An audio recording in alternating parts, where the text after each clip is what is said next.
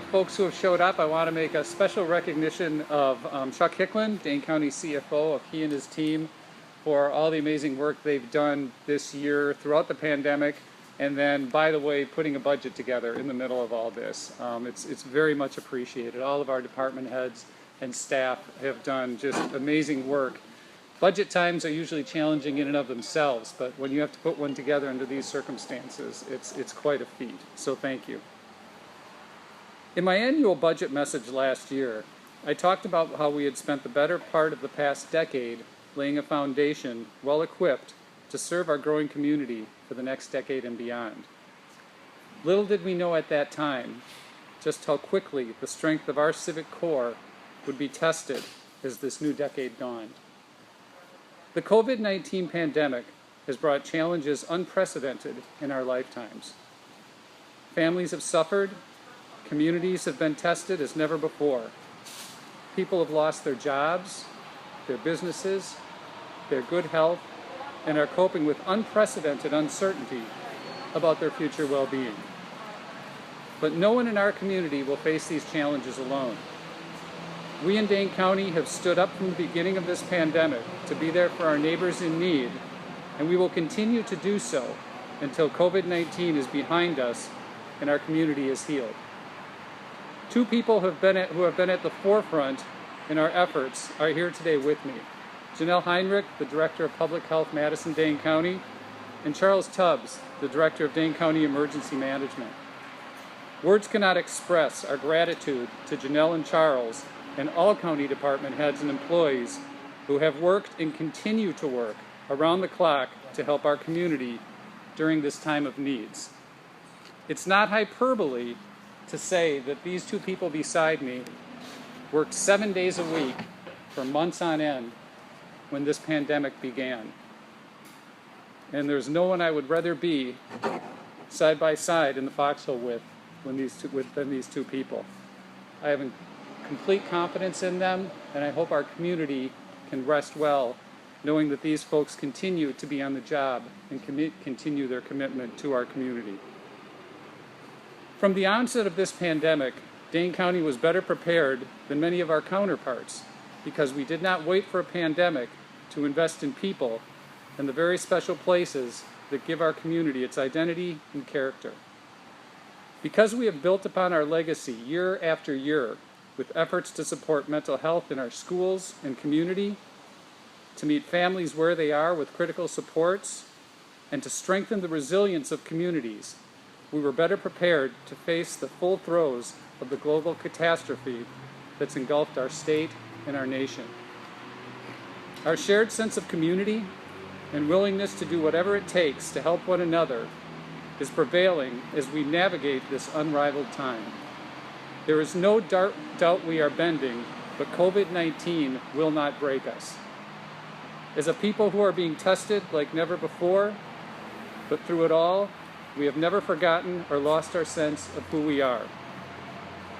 We see the worry on the face of the store clerk who gets up day after day to work a minimum wage job, not knowing which customer they greet may have COVID. We are sympathetic to the parent balancing work responsibilities who makes time regardless of how late in the day to help a child through challenging homework so they don't fall further behind. We pause to reflect on the daily sacrifices of our healthcare workers, first responders, nurses, and doctors who have found the willpower in the face of very real fears for their own well-being to fight to save lives of those stricken with this cruel virus. Together, we are the foundation with the resiliency and strength to help this community persevere through these times, and persevere we will. We will succeed in our efforts because everything we have done leading up to this pandemic laid the groundwork for our response to it. At the outset of this pandemic, we set forth to work to mitigate the economic harm of COVID-19. We fed people and created markets for local farmers and growers. We prevented thousands of evictions, provided safe housing for the homeless, bolstered the bottom lines of child care providers, and infused much-needed dollars to help keep our struggling small businesses afloat. We know when it comes to this pandemic, we have much work yet in front of us. county government marshaled an unprecedented response with when the chaos of COVID-19 hit our community. And that response will continue until we eventually transition from response to recovery. Moving forward, my 2021 budget includes $9 million to ensure those who face homelessness will continue to have hotel rooms for safe respite. These dollars will allow us to keep homeless individuals in a safe environment through at least June of 2021. As of late September, we have over 360 people housed in Dane County hotels. Agencies the county partners with to assist these families and individuals report the expanded hotel shelter operation has improved stability and connection to critical services.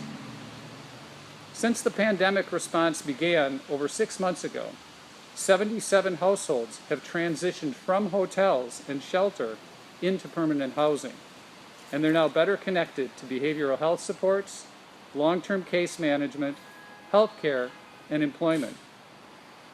Throughout this pandemic, we have always prioritized the public's health, safety, and wellness, even when difficult. Some of the steps we have taken to minimize the spread of the illness offered unforeseen advantages that give us reason to explore continuing them even once the pandemic eases. I'm including $150,000 in the budget to evaluate the feasibility and benefits of longer-term remote work assignments, and in turn develop a comprehensive plan for that means for the county's space needs moving forward. Technology kept our employees safer this year. In the future, it may help keep capital borrowing and building projects down. I'm also including $2.5 million in the Department of Administration budget so we can continue to meet the time-sensitive needs related to the pandemic. These dollars will allow us to acquire personal protective equipment and cover ongoing expenses associated with contact tracing and testing. Another of our community's strengths is our local small business community. These folks have endured a lot during this pandemic.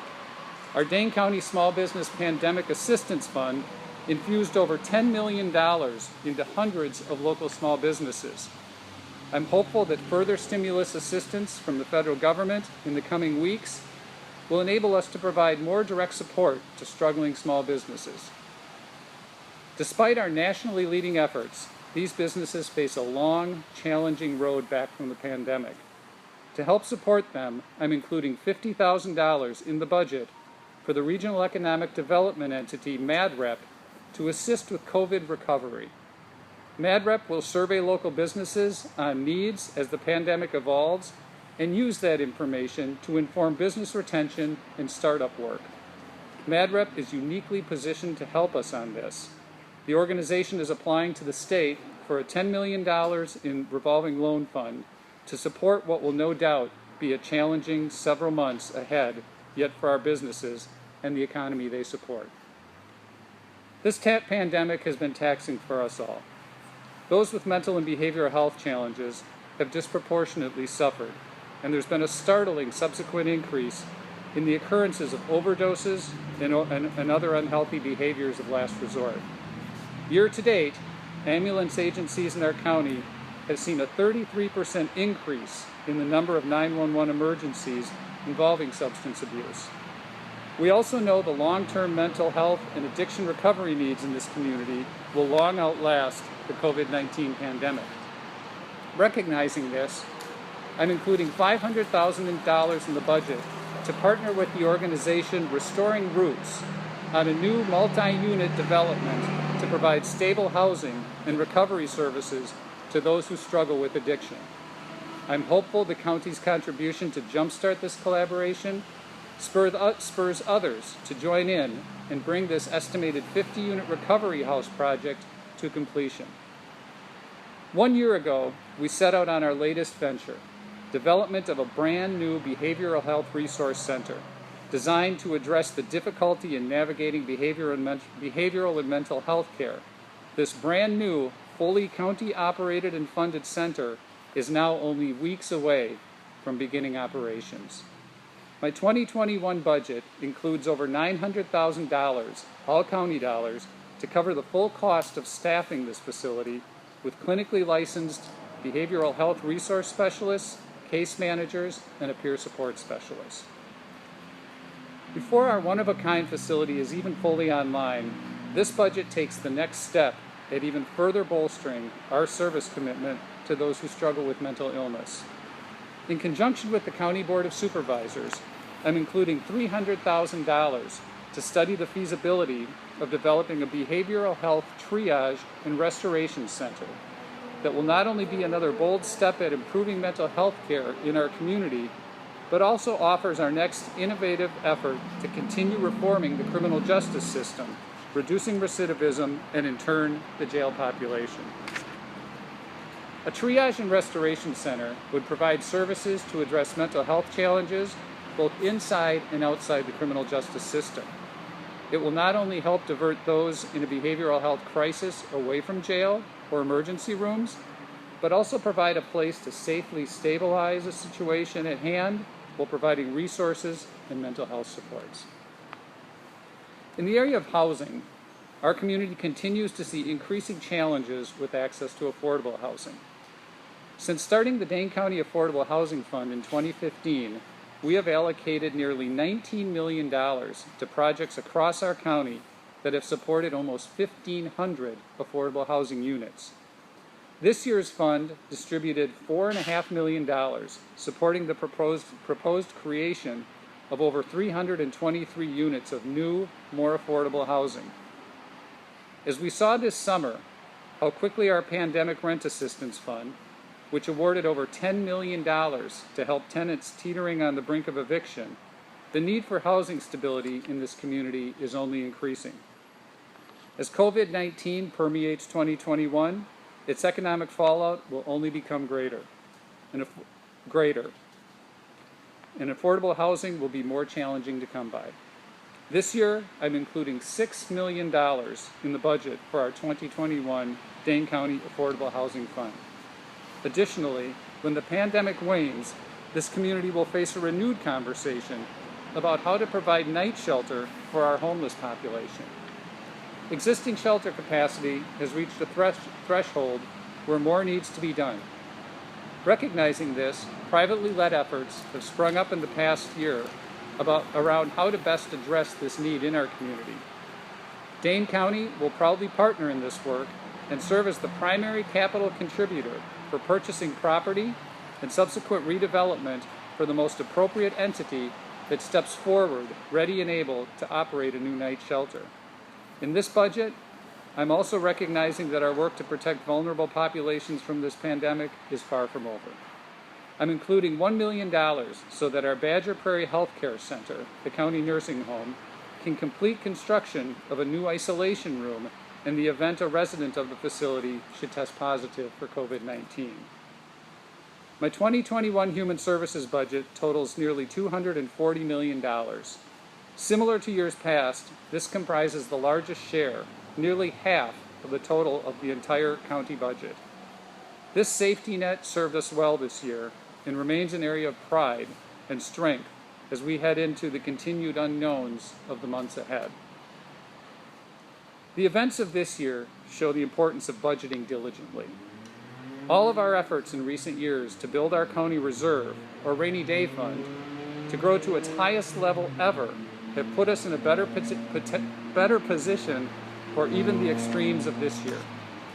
That said, the revenues we have set aside over the years are finite, and overdrawing on it today could well lead to more challenging budgets ahead, especially since this pandemic is running on its own timeline. Continued prudence and balance are our best approach. These budget fundamentals have prevented us from having to make deep service cuts that so many other units of government are now facing. Reductions to our human services or other vital programs would have had devastating impacts on the lives of real people at a time when those services are needed most. This is not something I can support. While my budget is uncharacteristically light on new policy initiatives compared to previous years, my focus is placed squarely where it needs to be, protecting what we've worked so hard to establish. Deep reductions to critically needed services that comprise our safety net would be counterintuitive to what our community needs right now. There's little doubt when it comes to revenues counties depend upon, when it rained in 2020, it poured. Sales tax collections are on track to end the year down nearly $12 million. Additional revenues that county departments like the zoo, the Alliant Energy Center, and those collected by the Treasurer's Office have all declined this year, a direct result of the economic fallout from COVID-19. All of it adds up to millions and fewer dollars for county services. My budget offsets these short-term losses through use of $15 million from our rainy day fund. These reserve fund dollars will sustain county government services largely as we know them for 2021, continuing our robust commitment to our community. And $9 million from our Human Services Reserve will go to sustain our hotel housing for hundreds of homeless individuals deep into 2021. Any changes I made to the 2021 operating budget are funded through existing revenues. Reserve fund dollars were not used for any new budget initiatives. I chose to reallocate existing dollars already in our budget over spending down the reserve fund even further, given that we don't yet know the full impact of this pandemic. Should a deeply challenging fall and winter emerge as forecasted, our economy could experience another deep lull, recreating the need to have a healthy reserve fund when we sit down to do the 2022 budget a year from now. Therefore, I encourage the county board to also consider this template for any amendments. Increases in spending without a way to pay for them will deplete our reserve fund at an inopportune time, potentially jeopardizing our bond rating and ability to manage future deficits we should anticipate as a result of COVID. My 2021 operating budget is $615 million. The capital budget is $71 million. The budget includes a levy increase of 3.46% on the average home, increasing taxes on the average home by $30. This budget was deeply challenging. In the midst of what has been an incredibly difficult year for all of us at every level, I'm grateful to what everyone has done to help neighbors and friends through this period. As we have done through floods, storms, fires, and more, as a community we come together and rally. We still have a lot of work in front of us with this pandemic. For all the unknowns, there are also things we do know. We know we will push through the struggles ahead and emerge stronger. This is something I've referred to in the past as the Dane County way. This sense of who we are as a community has been so visible this year. We see it in the acts of self-sacrifice, the gifts of time, and even just an ear to listen. It's evident in every meal delivered, medicine or groceries picked up for a neighbor, the kindness of strangers, or an unseen smile on the other side of a face mask as we pass on the sidewalk. We faced a lot of difficult challenges, but we faced them together. Our hope, compassion, and thoughtfulness will light whatever darkness lies in the road ahead. We know there will be detours and even some ravines. Still, I've lived in this community my entire life, and I know our resilience will carry us through to the other side of this generational moment. Regardless of how much longer this difficult journey lasts or what the coming days bring, we know we have a county government and a community that's capable and committed to its people in this very special place we call home. Thank you. Be happy to answer any questions. Financial estimates were, back in March. How do you feel about where things are at now? Were you expecting a more, drastically pared down budget than what you have at this point? Yeah, it was obviously in March, it was a complete unknown, but, and hats off to our CFO, Chuck Hicklin. The initial estimates he gave us for example, hits to our sales tax was 10 to 15 million, and it's a little over 10 million. So we're somewhat in the ballpark of what we expected. That doesn't make it any easier to deal with, but it did make the planning for it easier. So hats off to our team for their ability to forecast in an incredibly unstable time period. Any other questions? Joe, are you allocating any money to prepare for vaccine distribution? Janelle, do you want to talk about that a little bit? Sure. I think. Do you want her to come to the mic? Yeah.